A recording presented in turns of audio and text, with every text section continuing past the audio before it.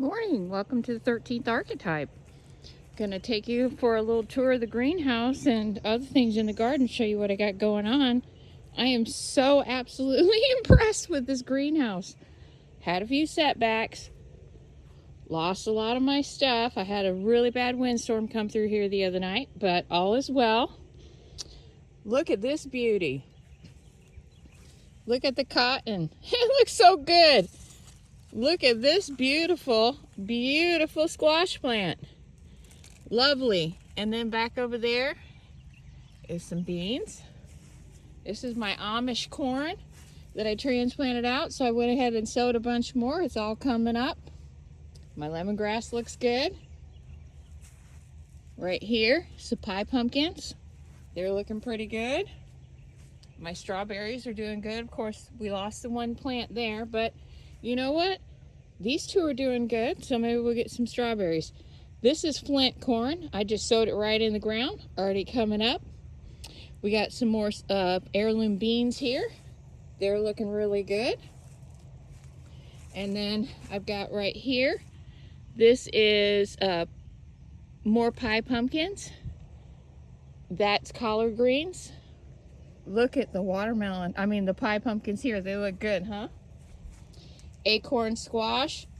These are the onions that came from the store that were starting to sprout. We planted them. They're doing really well. And the beans that I planted in here, they're kind of dying on me, so I think they need more sun. All right, so here's some more onions. We put onion tops in there after we pruned them off the bottom, and they're already growing like crazy. So I'll just snip these and use these for green onions and keep them growing. Why not, right? So these are pinto beans. They've all come up. More collards, kale, and yellow squash. These strawberries look pretty good. Look at how good my oregano's come back since I just took it out of the sun. Over here, these are sugar baby watermelons, and then this is a Mexican greens. They're doing all right.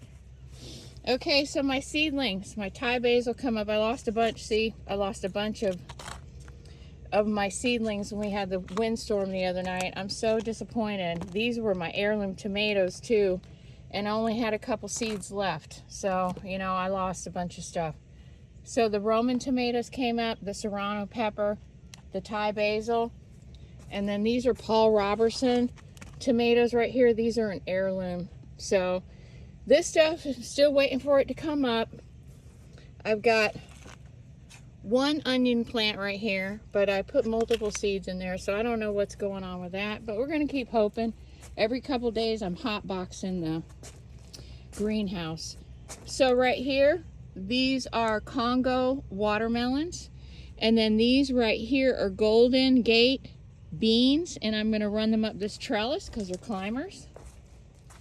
And then right here, this is New England squash. So we'll see how that comes. It looks like the papaya trees are a goner, so we'll probably just pull those up and save the space.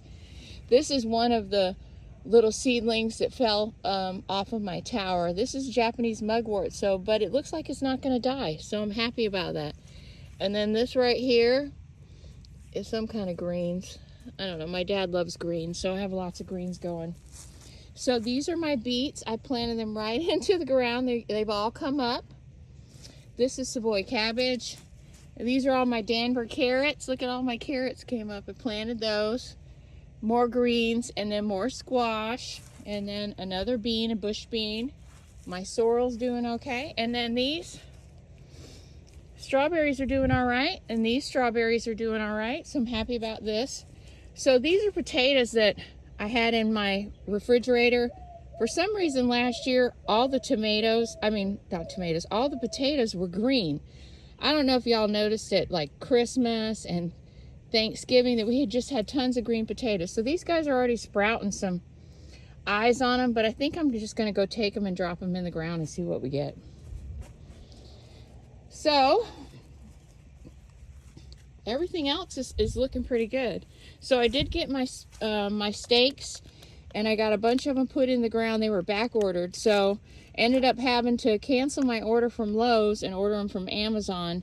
If I'd had these in place, I wouldn't have the problem that I had the other night. So thanks a lot, Lowe's, for giving me the shaft.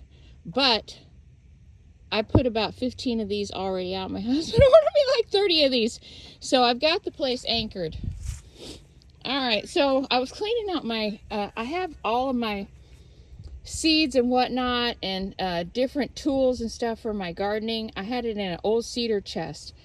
So I had bought this corn like last year from the fruit stand, and it was local Zellwood corn from Florida. So I'm going to see if we can just stick one of these guys in the ground and plant it as an alchemy experiment, see what happens. And then the other interesting thing that I found was I found these alamanda seeds. These came from Bond Clinic, and Bond Clinic in Winter Haven is like a 60-year-old clinic, and these used to grow every year on their alamandas. Well, they're like 60-year-old alamanda plants, and so I was getting tons of these seed pods. Alamandas are not really easy to grow from seed, but it's possible because I've done it. So we're going to replant these and see, because you know what? Bond Clinic, they tore out all of those beautiful alamandas that had been growing there for like 50, 60 years. So I got some seed I found. I was so tickled because my alamandas all got killed with the freeze this year. And then I've got these nuts here, these pecans. So we're going to plant some of these and see if we can get these guys to grow. So I want to show you what's been going on with the rest of the garden, because I'll tell you what, I think we might become wheat farmers, guys. We can start growing our own wheat, milling our own grain, and stop being all stuffed up from gluten allergies. So right here, this wheat is doing damn good. I'm really impressed with it. I'm very happy to say that my mulberry trees are all coming back. Look at that. That makes me so thrilled. My potatoes, look at this. I already got blooms on these. These are russet potatoes. And then over here, I planted heirloom golden potato seeds.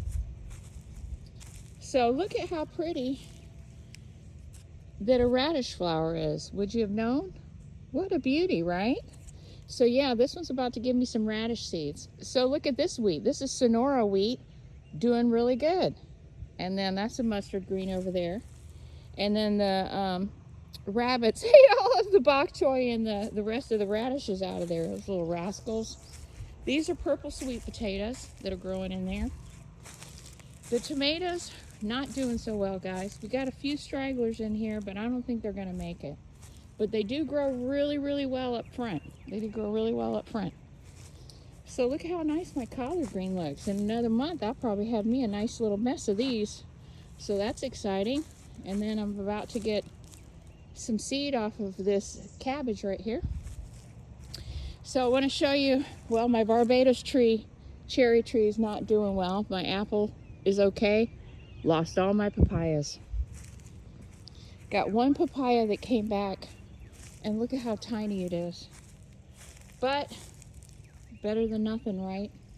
So we've got all new seeds replanted. So I want to show you what I did with my bananas. I moved all the bananas from all sides over here. I had 2 bunches of bananas over there, and then I had a huge ring of banana trees that was over there in the corner of my yard. It was about 30 trees roundabout.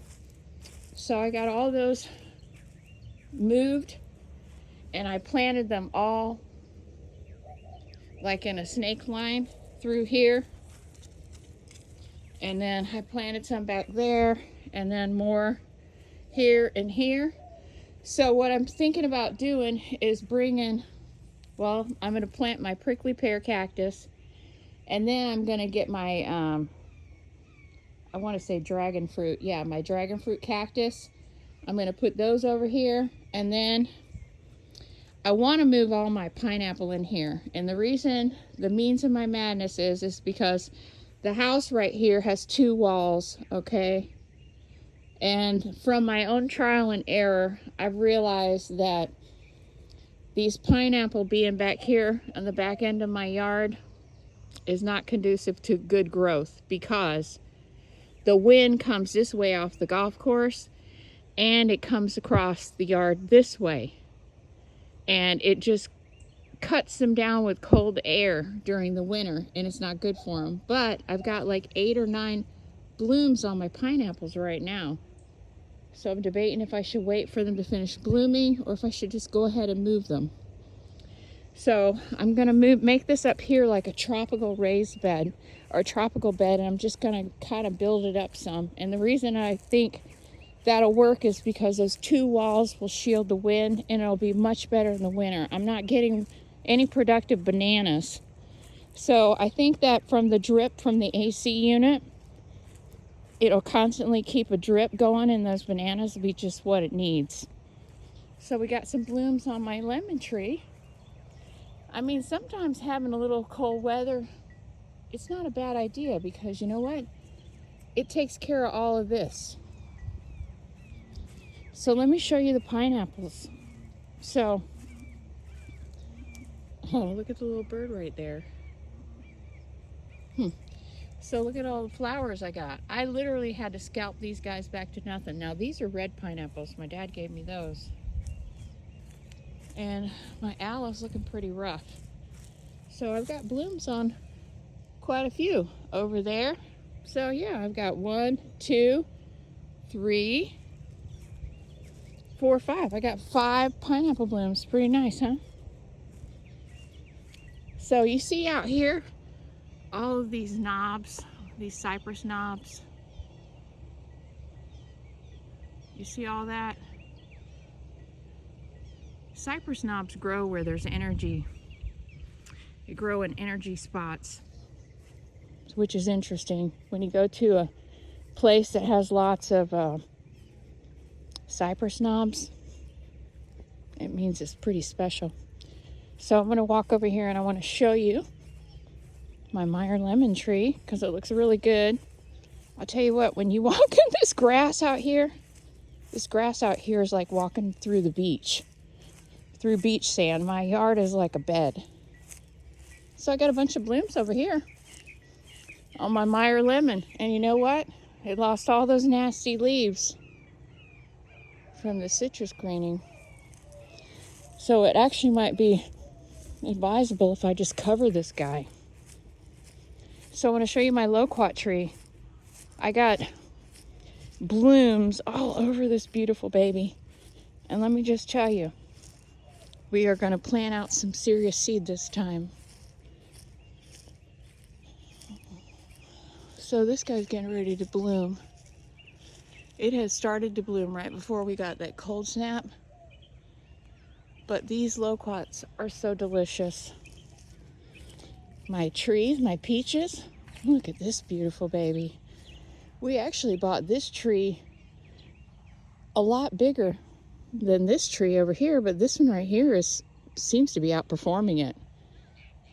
So look at that beautiful baby. Beautiful. I hope this year I get some. There's where my bananas were. Hope this year I get some peaches. Look at those beautiful blossoms. I mean, peach blossoms are so pretty. Really pretty. Got some blooms on there. So this is my guava tree. Looks like it might be a goner. I don't know. There's a little flexibility left in it. I don't know. So this right here is my pomegranate tree. And you know what? Pomegranate did good. I didn't even have to cover it. And this is my plum tree. Looks like it's doing all right. This guy's doing all right too. Got those from fastgrowingtrees.com. And I think I lost my dragon fruit here. This thing has never done well. This is in a really bad spot. So I'm going to take you around the front yard on the next video because my yard is so big. Take me 5 minutes to get around there.